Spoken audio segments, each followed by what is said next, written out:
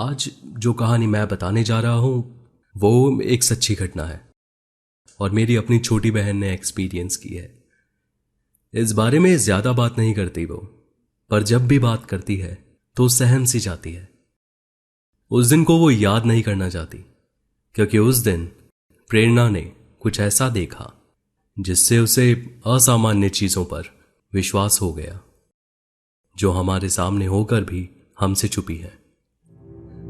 बात आज से करीब 6 साल पहले की है। प्रेरणा, जो उस वक्त 11वीं क्लास में थी, पढ़ाई के लिए बहुत सीरियस थी और अपना ज्यादा से ज्यादा टाइम एक्स्ट्रा क्लासेस और लाइब्रेरी में पढ़ते हुए बिताया करती थी। टीचर्स भी काफी पसंद करते थे उसे क्योंकि वो काफी टैलेंटेड और हार्ड वर्किंग लड़की थी। हर सवाल का जवाब होता था उसके पास। ऐसे ही चलते एक दिन गेम्स पीरियड में वो स्कूल ग्राउंड में अपनी बाकी दोस्तों के साथ खेल रही थी। काफी देर तक खेलने के बाद थक कर वो ग्राउंड में ही एक साइड चेयर लगी थी, वहां थोड़ा बैठकर बाकी लोगों को खेलते हुए देख रही थी कि तभी दूर से स्कूल के मेन गेट से निकलते हुए उसे एक छोटी सी लड़की उसकी तरफ आती दिखाई दी। जब थोड़ा पास आई तो उसके चेहरे पर परेशानी साफ साफ झलक रही थी। सिर्फ प्रेरणा ही बैठी रेस्ट ले रही थी तो वो छोटी सी लड़की उसके पास आकर बोली कि उसे मदद चाहिए और साथ चलने के लिए बोलने लगी। प्रेरणा ने उस लड़की का नाम पूछा तो उसने अपना नाम रुचि बताया और यह भी बताया कि वो 5th स्टैंडर्ड में पढ़ती है। रुचि परेशान बहुत लग रही थी, इसलिए प्रेरणा मना नहीं कर पाई और उसके साथ स्कूल में जाने लगी। स्कूल के दरवाजे में घुसते ही रुचि गर्ल्स बाथरूम की तरफ जाने लगी। वो बाथरूम जो पिछले 2 सालों से बंद पड़ा है, उसके बंद होने के पीछे क्या कारण था किसी को पता नहीं था और ना ही स्कूल में उस बारे में कोई ज्यादा बात करता था। जब प्रेरणा रुचि के साथ बाथरूम के दरवाजे के सामने पहुंची तो वहां रुचि की एक दोस्त साक्षी भी थी। साक्षी ने बताया कि रुचि और साक्षी दोनों लाइब्रेरी से वापस आ रहे थे अपनी कुछ बुक्स रिटर्न करके। बाथरूम के सामने से जब वो दोनों निकलने लगे तो उन्होंने देखा कि उस गर्ल्स बाथरूम का दरवाजा खुला हुआ था और अंदर से किसी के चलने की आवाज आ रही थी। दोनों ही दोस्त थोड़ी सी कंफ्यूज हो गई क्योंकि सभी को पता था कि वो गर्ल्स बाथरूम जो ग्राउंड फ्लोर पर है अब कोई यूज नहीं करता, तो फिर अंदर कौन था। बस यही देखने के लिए वो अंदर गए। अंदर जाकर देखा तो सारे स्टॉल्स बाहर से लॉक्ड थे। उसी में से एक स्टॉल में किसी के चलने की आवाज आ रही थी।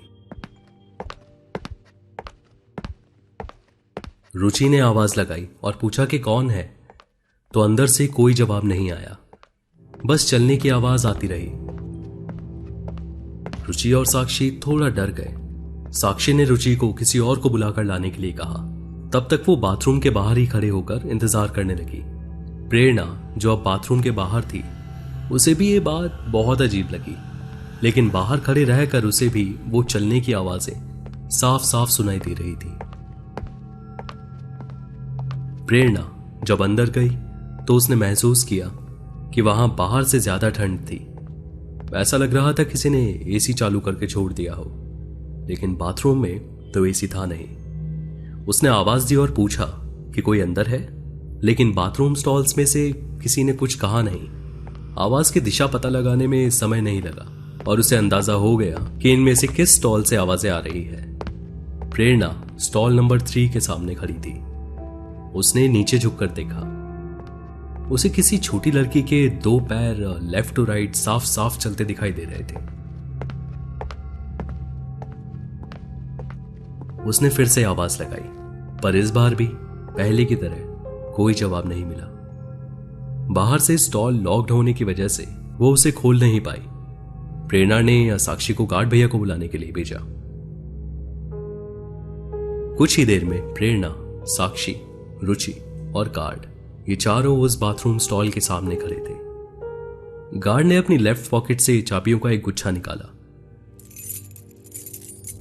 वो गुच्छा पुराना लग रहा था, जंग लगी हुई थी उस पर। उसने एक एक चाबी लगाकर देखना चालू किया कि कौन सी चाबी लगती है। अंदर किसी के चलने की आवाजें उस वक्त तक भी साफ सुनाई दे रही थी, जैसे कि बस कोई दरवाजे के उस पार हो और लेफ्ट टू राइट बस चले जा रहा हो। आखिर एक चाबी लग गई। गार्ड ने चाबी घुमाई और लॉक खुल गया। उसी वक्त बाथरूम में ठंड थोड़ी और बढ़ गई और ये बात प्रेरणा के अलावा रुचि और साक्षी ने भी नोटिस की। गार्ड ने दरवाजा खोला और दरवाजा खुलते ही मानो सभी का खून जम गया हो।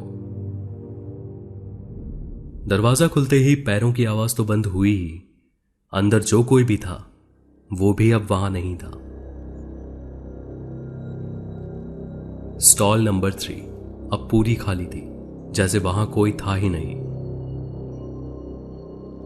जमीन पर मिट्टी की एक परत जमी हुई थी, जिस पर सिर्फ किसी के छोटे स्कूल शूज के निशान रह गए। ये देखकर वहां खड़ा खड़ा हर कोई सहम गया और एक शब्द भी नहीं बोल पाया।